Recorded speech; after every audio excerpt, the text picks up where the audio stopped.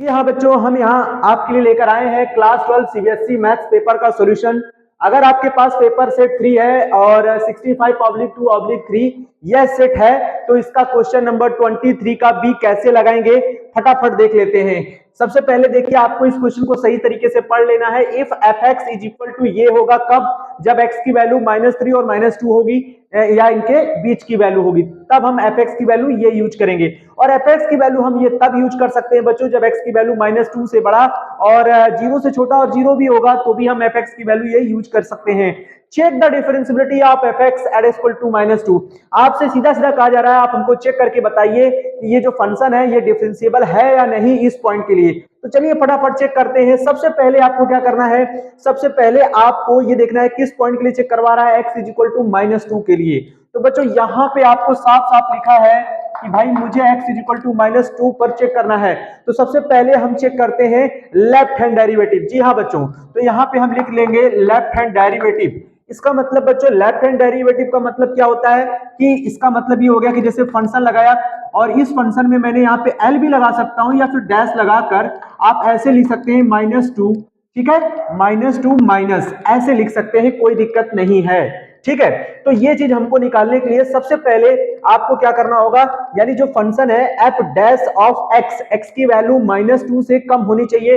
तो -2 से कम होनी चाहिए, इसका मतलब है -2 से कम, यानी एफ एक्स हमारा क्या रहने वाला है, 2x - 3 रहने वाला है। इसका मतलब है कि x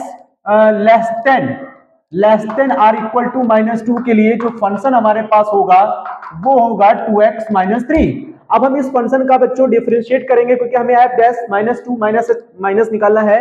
तो इस फंक्शन का डिफरेंशिएशन हो जाएगा f dash x is equal to 2, x का 1 हो जाएगा, 3 का 0 हो जाएगा। अब मुझे f डैश ऑफ -2 माइनस के लिए चेक करना है, तो हम यहाँ फटाक से x की जगह -2 माइनस का मतलब होता है बच्चों -2 माइनस h भी बोल सकते हैं, और h बहुत ही स्मॉल नंबर होता है। हम यहाँ रखेंगे तो यहाँ पे आप जब रखेंगे तो यहाँ तो कोई x है ही नहीं, तो ये एज इट इज लिखा रहेगा। इसका मतलब ये हमारा लेफ्ट हैंड डेरिवेटिव आ गया है। अब हम बात करते हैं राइट हैंड डेरिवेटिव की, तो उसी पर हम राइट हैंड डेरिवेटिव चेक करेंगे।